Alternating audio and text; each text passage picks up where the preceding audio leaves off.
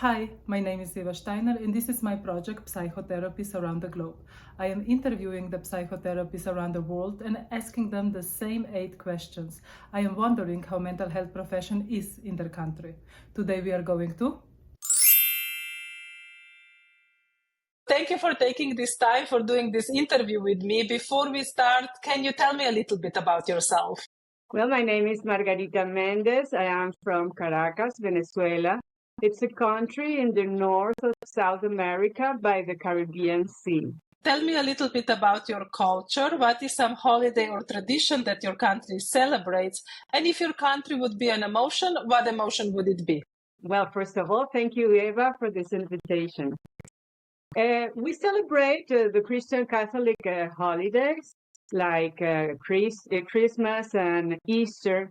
And we also celebrate Carnival. It's nearby these days. And also the national celebrations of the country. We are quite social, familiar, and extroverted. And we like to gather together to eat, drink, dance, and sing. Even though we are quite approachable and friendly, I have to say that nowadays, and since we are living a very complex humanitarian crisis for many, many years now, and this has affected very deeply the whole health, mental situation of the population. So I can say that nowadays, unfortunately, we drive in between two very difficult emotions, which are perplexity and resentment. Perplexity is because many people don't really understand what had happened. Why did we lose our country, the country we used to grow up in? And then there is a kind of like we are lost. And then the humanitarian crisis and the shortage of food, medicine, electricity, gas, everything has been so bad that more than 7.5 million Venezuelans have left the country. So as you can see, things here are very difficult, and more of half of the population earn $4 a month. So this condemns them to great misery. The psychological burden we have to bear is very high, and the whole population is in a state of desperation, even if they are in the country or outside the country. And that also shows a great deal of resilience of our people. Mm-hmm. Can you maybe tell me a little bit more? So 7.5 million left the country. How many are you in general? And can you tell me a little bit more about this transition? So what would be emotion before this crisis? And can you maybe explain a little bit what's going on in the background of this transition? 7.5 million are around the third of the population, the whole population. Wow. So it's a really great deal. And we are in the highest immigration rates of the world nowadays. Because our whole economical structure has been completely collapsed because of political changes in our country. So this has changed not our idiosyncrasy, because we are kind of open and lighthearted people, but at the same time, we are very sad and depressed for all that we lost in terms of economical and social health and all the structure that we used to have. And can you explain a little bit more about being open and extroverted? Yeah, well, this has it's a culture that is very fond of music and of dancing and expression, and we tend to be very social and extroverted, which also sometimes gives the idea that we are not really fond of rules and of following the law very strictly. So as you can see, everything has two sides, and maybe this little part, like a trickster part, also arises. How did you become a psychotherapist in your country, and what is your psychotherapeutic approach? Well, I studied psychology in the Central University. And afterwards, I did my Jungian analyst formation in the IAAP, the International Association for Analytical Psychology, and became a part of the Venezuelan Society of Jungian Analysts since 1998. So my approach is Jungian. Mm-hmm. And in Venezuela, how somebody can work in mental health field is like study psychology the only way? Usually you have to study in an academic degree. We have many universities that give the academic programs. Then afterwards, you may specialize in a specific field. But usually you have to be a mental health practitioner, or a psychiatrist or a psychologist. And do you have a lot of therapeutic approaches? You mentioned Jungian, but do you have a lot of choice in Venezuela? Oh, yes. Yes, you have the psychoanalytical choices, but also you have Gestalt, you have cognitive approaches, you have all the approaches of modern psychology, I would say. How society looks upon psychotherapy or any psychological help? Well, before, I would say that people tended to put mental health in a second place. But nowadays, things have become so difficult that the population tends to seek more psychological help and psychotherapeutical help because all the intrafamiliar violence situation has getting worse. We have a really bad increase in suicide, especially among youngsters. And for the first time last year, the death for self-inflicted violence were higher than from homicides. Unfortunately, as all the system of health assistance has collapsed, then there is almost no resources for the population to have psychological help. Yeah, this is what I wanted to ask, how are the resources in that case? Because you mentioned that the monthly earning is extremely, extremely low. Well, it's mostly with ONGs and communal services that are available nearby the low-income areas. But it's a very difficult situation, and people tend to come to therapy mostly for anxiety, stress, and depression. The diaspora is very high because all the youngsters are outside, so old people is left behind. And that's part of the suffering as well. What is your society teaching about child-parent relationship, and whether these values of society also influence how you design your interventions as a therapist? Well, usually when there is an issue between a parent and a child, it really has to be very extreme, the abuse to alienate father from or mother from the child. I work with an association that works with this. And as far as we can, we try to keep the bond together. Of course, it's impossible to do so in certain cases. And then we try to relocate the child away from the toxic parents. Mm-hmm. And this is for underage children? Yes, for underage children and for abused women as well. And in general, what is the role of the parent in the society? How important are parents in your culture? Very, very important. Very important because we are very oriented family style of society. Family is very fond of each other. If they go away from the country, they try to go together and to bring the children, the parents, the sisters, the in-laws. I mean, we try to work as clans. And for example, if an adult client comes to you and say, I don't want to contact with my parents, let's say there is no physical abuse, how would you approach as a therapist? Well, we have to see inside this person what's going on and what the need for this distance, since it's quite unusual to do that in case that you really don't have experienced abuse.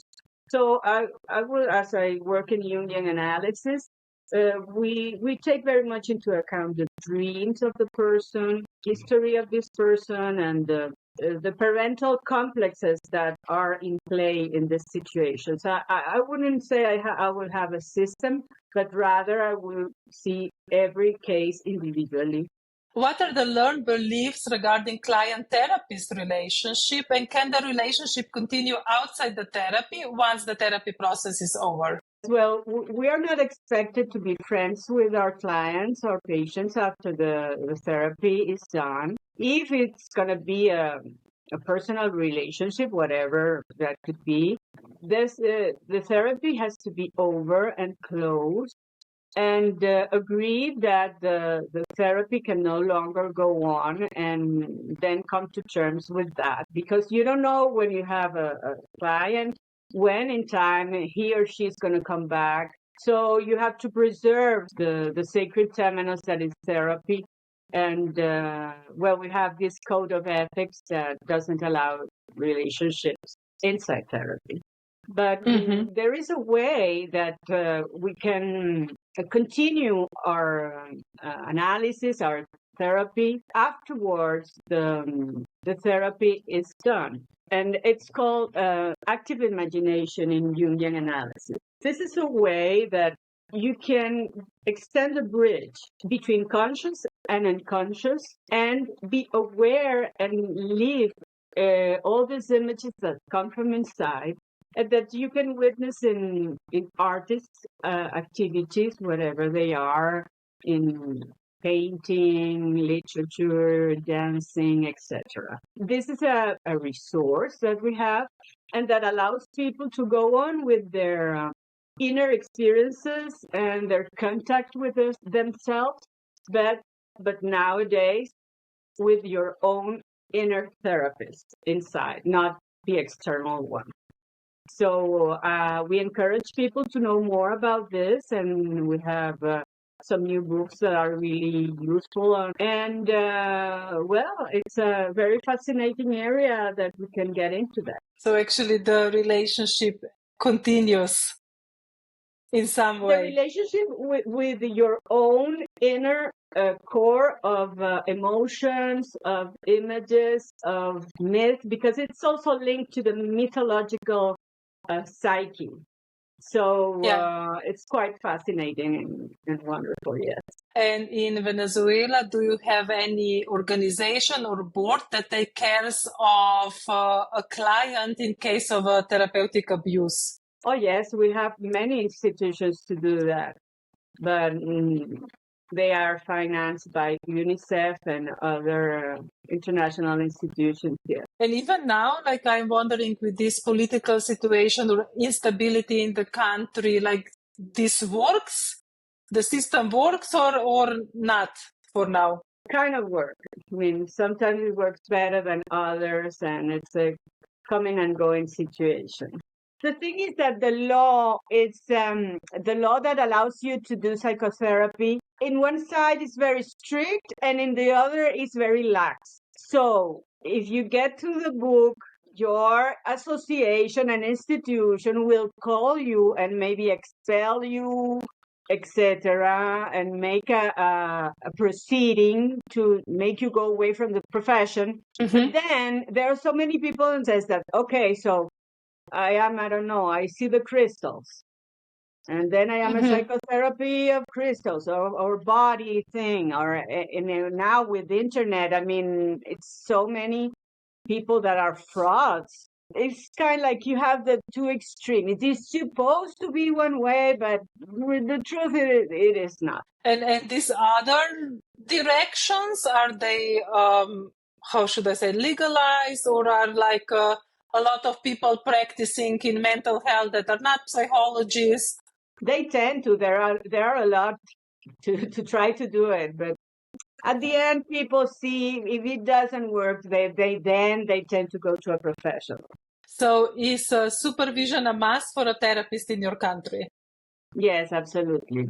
And at the beginning or throughout the years as well? For example, if you practice 10 years, is still a must after 10 years, or is just like a choice after 10 years? Yes, in your formation, it is a must. It's, from the beginning. Once you started seeing clients, and then afterwards, it's an optional. What are the most common complaints that the client come to therapy for? Well, as I have described it to you before, it's anxiety, stress, and depression, mostly. Of course, these situations are generated by our environment, by our living conditions, but also because of inner dynamics that needed to be attended as well. Can you tell me a little bit more how you work with people that are actually suffering from the collective situation? You know, it's not just an individual situation or individual family, but it's also the country situation. Yes, well, in this case, Eva, you have to notice that the psychotherapist is in the same situation as the client or the patient, because we are all into these situations. So we are sympathetic with them and we understand them. And the fact that they can go to therapy and to try to find or to activate the inner healing potentials of the psyche is very important. To try to go to the core of your being, of your personality, and to get really close to the true values that are important to you and to your family. So in that way, you can be able to face everything in a more human way. The client can come to therapy through private pay or through public system, or both? No, individual pay, private pay, because as I told you, the public health system is collapsed, almost inexistent. And I say almost because there are truly extreme cases that are taken care of, but it's a very, very small amount of the population. Is it easy to get clients? Well, once you have your degree, your psychology degree or your psychiatrist degree, you get people through your students, and if you work in a private clinic or a public clinic, then people are going to come to you, and then by voice, people telling the other ones that you offer a good service, then people will come. If you would share one tool, belief, or approach that is a must-have for you as a therapist, what would that be? Yes, I think it would be the active imagination possibility. The fact that you can get in touch with yourself and to go on once you have learned how to do it with a professional that can accompany you and be with you in all your therapeutic approach and process. And then once you have hopefully resolved some of the issues, then you can go on and keep on doing this contact with the inner images in a healthy and good way. Would you mind sharing just a little bit how to do this active imagination? Yeah, sure. For example, if you are a body person in the sense that you like movement and dance and this kind of expression of your body, you can close your eyes, breathe, and then be very still and quiet inside and wait until a movement comes from the inside. I mean, you will be moved by your body, but you will not move your body. And then after you feel this first impulse to move, being with your eyes closed, you will let this develop little by little, allowing the movement to come from the inside. And see what this movement can show to you, express, keep on going, and try to feel the emotion that is behind this movement. Okay, you can open your eyes, take a deep breath. Cool. Thank you. Thank you for sharing. And thank you for doing this interview with me. It was a pleasure of mine. It was a pleasure of mine too. Thank you, Eva.